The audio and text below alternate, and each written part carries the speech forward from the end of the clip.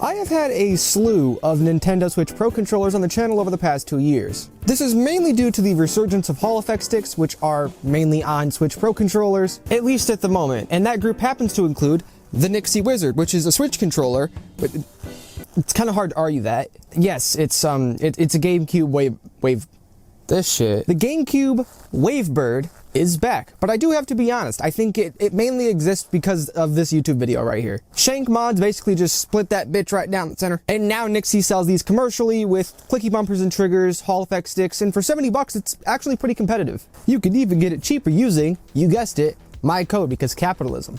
The business side of YouTube makes me feel very gross. Anyways, the big question is, can the Wavebird survive in the current very turbulent landscape of Pro controllers?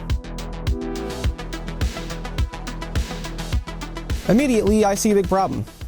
Sup, big bitch? Switch players are what, 7, 8 months old on average, so their hands are pretty small. I would imagine most of them probably wouldn't be okay with this in its whole form. Like this, it's even bigger than the monsters that Thrustmaster sells. Look how far away, look how many miles there are between the thumbsticks. It only weighs about 250 grams, surprisingly, which is pretty good for how big it is, and because you could separate it, obviously that doesn't really matter too much anyways. With the ability to separate it, clearly you're gonna have Bluetooth 5.0 for wireless connectivity. This allows you to use it on both PC and Switch. Not wired though, because the ports are on the wrong side of the planet. There's plenty of space right there. The response time, both wired and wireless, is consistently a non-overclockable 125 Hz.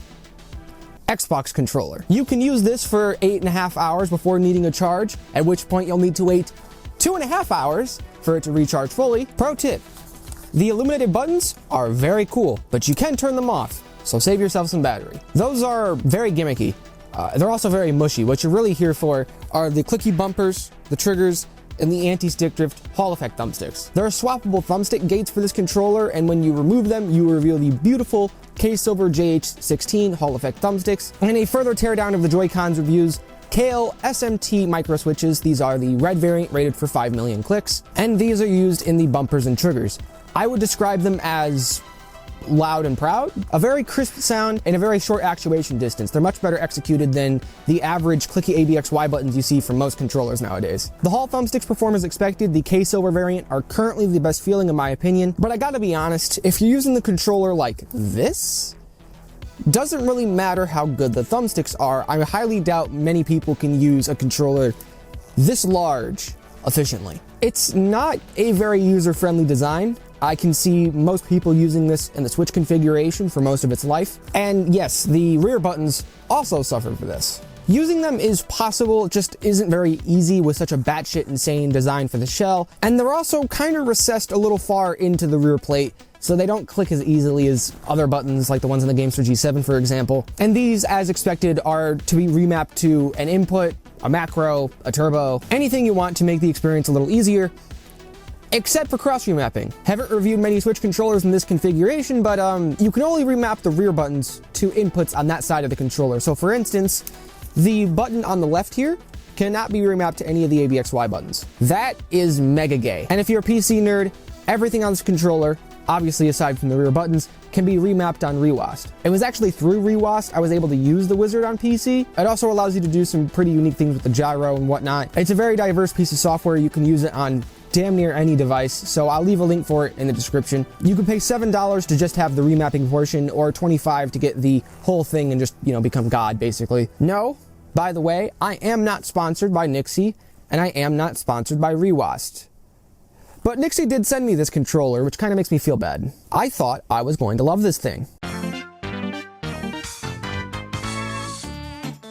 really do love projects like this, but I don't feel insanely confident about the NYXI Wizard. It feels pretty good using the modules separately. I even had my friend who is an avid Switch user, he's actually the owner of the Switch you've seen in the clip from earlier, he said it doesn't feel bad after you start to use it, but even in the Switch configuration, it's still pretty big. But when it's stitched together, the controller's just too fucking massive. I understand the GameCube controller itself was very big. There was no real way around that. And I will say, I do think it's better than that Joy-Con grip bullshit thing. I wish I had footage of me using it. That shit's fucking awful. I would 100% recommend this over that. At $70, what you get for the Wizard, on paper is very, very nice. In hand, it feels very good, but I cannot use it to anywhere near the same degree I can my other controllers. Maybe if it didn't have the merger piece, it would probably feel a lot better to use. I mean, that already kind of feels, that would feel great. Yeah, I almost feel like a dedicated device without the merger would probably be pretty good. I mean, people use the Wavebird like that back then, so, and you know, like,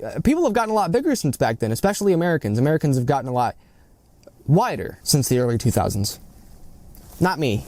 You know, if you're a Switch user or a PC or mobile user with absolutely ginormous hands, you can hit the link in the description or use my code, my affiliate code, of course, for a nice little 10% off and some kickback to the channel, as you know. This has been rather unique. I got to use this on Switch, and I've realized very quickly that I don't necessarily like the Nintendo Switch, but I like the controller a lot. I'd like to give NYXI a huge shout out for sending this controller out.